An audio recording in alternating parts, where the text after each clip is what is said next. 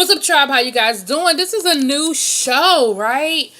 This is Boomerang. They did the pilot episode and then they did episode 2 at the same time. Back to back episodes. It's coming on BET, and it really should be called Boomerang: The Next Generation because it's not a remake, which they kept saying it wasn't a remake. The producers are Lena Waithe and Halle Berry, which I love me some Lena Waithe. That's my girl, and I'm loving her. Matter of fact, I need y'all know the address to her production company. Let her sister know. Drop it in my comments because I want to send her a Bennett T-shirt because one of the characters had on a Spellman shirt. So and they had she's doing like a lot of like throwback to the '90s stuff. So I'm thinking that she's gonna be highlighting HBCUs. And my thing is, hey. So I'm gonna send her a Bennett shirt. So anybody know the address to her production company? Drop it in my comments. Anyway, so the premiere was tonight. So let me just say, first of all, let me give it a thumbs up. I'm enjoying it. It's definitely a millennial show. It's definitely, you can enjoy it if you've never seen Boomerang. If you have seen Boomerang, which I think, who hasn't, you see there's a lot of homage given to the movie. There are scenes that are very familiar. There was a scene where the character of Bryson came in and he was walking down the hall and he did the whole, speaking to everybody, getting his mail from the mail clerk and everything. There was there are 3 male friends and 3 female friends are like the main characters. And you saw the scene where they were at the gym doing the rowing machine. Like, it was just a lot of homage if, you recognize certain things. But, so episode 1, of course, this is the pilot. We see what the situation is. Simone, the main character, Simone, is Marcus's daughter. And they work at Marcus's company. And he is like a legend, a god in the advertising business at this point. And she's working under him, but she is definitely not feeling it. Her character is complicated because she's bratty, but she's smart. She doesn't want to be under her father's thumb. She's dealing with that whole living up to her father's image and all of that.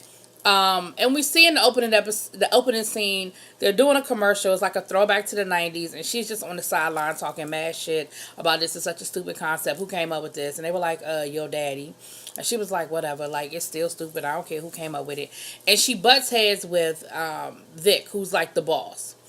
And they get into it, and she's like, you know what? Just because your father is the boss does not mean you can just do whatever you want to do around here. You disrespectful, blah, blah, blah. And she was like, Simone was like, well, fine, then I'll just quit. And Vic was like, fine, put that in writing. Like, I'm sick of your ass, but because your daddy does own the company, you put that in writing that you don't want to work here anymore. And, she walked off the set, which left Bryson. I'm saying his name right because y'all know y'all will tell me up in the comments Bryson. So they're doing a commercial for an energy drink, and they're doing like a whole like '90s drinking an energy drink at the club, stay awake, whatever. And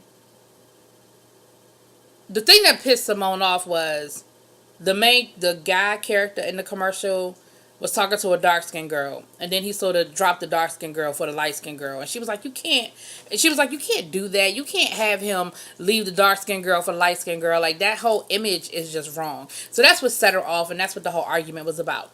So we see that Crystal, who works with them as well, Crystal and Simone are roommates, and they have a third friend who wants to be a stripper, and when they're pitching the next day after Simone leaves or whatever, they're pitching the commercial, the finished commercial. They're pitching it to their clients, who are it's an Asian company, and they love it. They're like, oh, this is great. Fine. And when they leave the room, Bryson and Crystal are like cleaning up, getting all the little packets and stuff together, and they're like, and Bryson is talking about, what, like, millennials don't want to see that. Like, that's not what's going to get millennials. And he starts talking about what's really important to millennials and why they drink energy drinks because they want everything now. They want They want the big house, they want the car, and so they grind. They're constantly grinding, and that's what the energy drink is. He was like, our generation, we don't care about drinking. We're not drinking energy drinks to stay awake at the club. We're drinking energy drinks for that third job we hustling to. And the Asian client heard this conversation, and he was like, I like that idea. He was like, I could hear Young, Gifted, and Black being played. He was like, I need you to, I want to see that. And of course, Vic is pissed because she was like, I had a perfectly good concept, I had a perfectly good commercial, and they were happy until they heard you. And so she was like, I tell you what, because that's what the client wants to see, I'm going to give you $2,000. I'm going to let you put this together. And if he likes it, if he buys it, then we'll do the full production. But she was pissed. You know what I mean? And Crystal, who's roommates with Simone, let Simone know what went down. So Simone calls up Bryson and is like, look, let me help you do this, because of course she wants to start her own company. She wants to figure out how to make her own money without daddy. So she was like, yo, let me help you out. I got the perfect person to star in your video, in the commercial, blah, blah, blah. So she talks him into letting her help. But she basically takes over. And she turns it into a totally different concept. So when they pitch it to the clients were like, I mean, this is okay, but this isn't what you talked about. Like, I wanted to see what I heard you talking about. That's what I wanted. And he said, all right, we'll just go with the first one. Like, this isn't what I was looking for. So Vic is talking to Bryson because she threatened to fire him if it didn't work out. So he was like, all right, I guess I'll just go pack up my office. She was like, all right then. He was like, well, look, let me say this. He was, and he started pleading his case that basically it wasn't that bad and he did a really good job. And she was like, no, what you did was, she was like, you really remind me of Marcus. You really do. When Marcus was young, when JCPenney off the rack, she was like, but the problem is Marcus would have went with his gut and he would have stuck with it. And he wouldn't have let somebody come in and hijack his idea like you let Simone do. So Vic knew what went down. Vic knew that Simone was the one that really came up with that concept. So she didn't fire him, but she basically let him know, look, you need to stick with what you know. Like, you had a great idea. You did. But you let somebody else come in and take over. And so we see Simone come over and, she sort of apologized or whatever. She was like, I'm sorry I took over. He was like, no, I'll let you. You know what I mean? I'll let you take over. And that's pretty much where episode 1 ends. But we see that Bryson likes Simone. It was some other things that went on, but I don't want to tell you everything that happened. Go watch it because it's a really good show. Some other little things went down, but you go watch it. Now, episode 2 is when we start getting some of the backstory of these characters and we start figuring out who's who and what's what.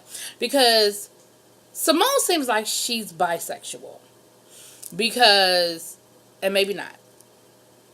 Because there was a scene with her with a guy, but then there was also a scene that alluded to maybe she was into women. But I could be wrong. Maybe I'm reading too much into it. Y'all let me know what y'all think. So it's game night. So you got the 3 male friends and the 3 female friends. Now the 3 male friends, we have Ari, who is like the player. But Ari got a secret. We'll get to that. But Ari, who's the player.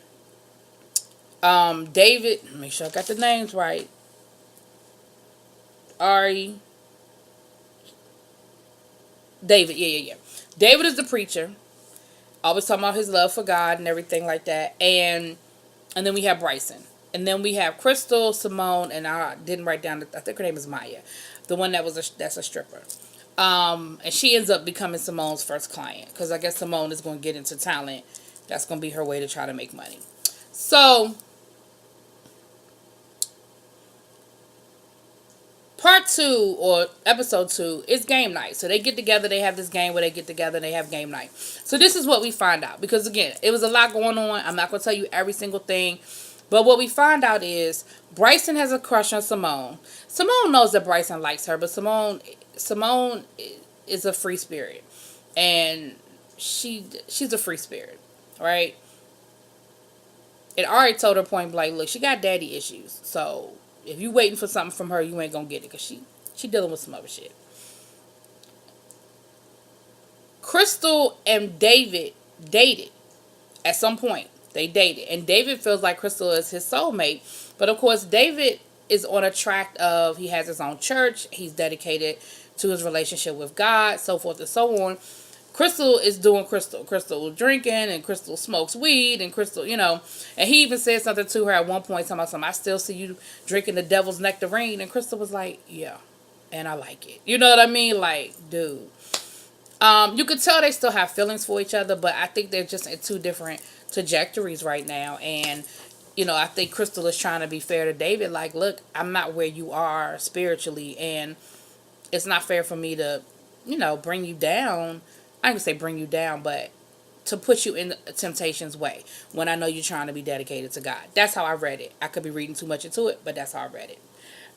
So during the game night, Ari invites another friend over, a guy named Dallas. Bryson immediately gets jealous. He immediately gets upset because he's like, this is a crew only situation. Why are you bringing outside people? Ari was like, is it a cult? Like, what's the problem? It's game night. Like, why I can't invite a friend? Bryson is worried that Dallas likes Simone, or that something's going to pop off between Dallas and Simone. Come to find out, Dallas and Ari got a little something going on. See what I'm saying? That's what I'm saying. Ari got some secrets. Because the fellas don't know. Simone knows, though, because they were texting at one point during the night, and Simone asked, what's up with your boy? And he was like, oh, nah, that's me. So Simone knows what's up with Ari, but the others don't know what's up with Ari. So then this dude comes through, who was the Postmates dropping off the food, and he ended up joining the game night. Now, him and Simone do end up hooking up, and Bryson is like, why not me? What is it? Why doesn't she seem to be interested in me? Like, what is it? Am I too straight laced? Do I need to go get me some tattoos or something? Like, what's up? And David tells him, look, it's just not your time. Like, y'all will figure it out. You and Simone will come back to each other when the time is right. And then we see that there's a picture on Bryce after everybody leaves or whatever. He sees a picture on his refrigerator where you see all of them as kids. So we find out that they've known each other since like elementary school, middle school, whatever. Because they might have been middle school age in that picture. So they've all been friends. Now, I don't think I saw Ari in that picture, but I definitely saw 2 guys and 2 girls. And maybe I did say 3 guys and 2 girls, but don't quote me on that. But you definitely know that they have a long history, that they've been friends for a really long time. Probably know a lot about each other. Probably got a whole lot of, as the season goes on, we're going to probably get a whole lot of, backstories. But that is pretty much what it is. And I love it. Like I said, they allude to Halle Berry's character at one point where we know that she has her own design company. Because Bryson makes a comment about Simone's mom being the one that designed his checks or whatever. So, and because Halle Berry is an executive producer, I'm hoping that we get a cameo from her at some point before the season is over. Definitely would love to get a cameo from Eddie Murphy, probably next season. If he made a cameo in this season, they definitely are keeping that hush-hush, because I haven't heard any rumblings about that. But I would love to see it. Overall, though, you guys, it was a really great show. I enjoyed both episodes, and I look forward to, seeing what happens the rest of the season. Y'all let me know what y'all think. Drop it in them comments. Peace.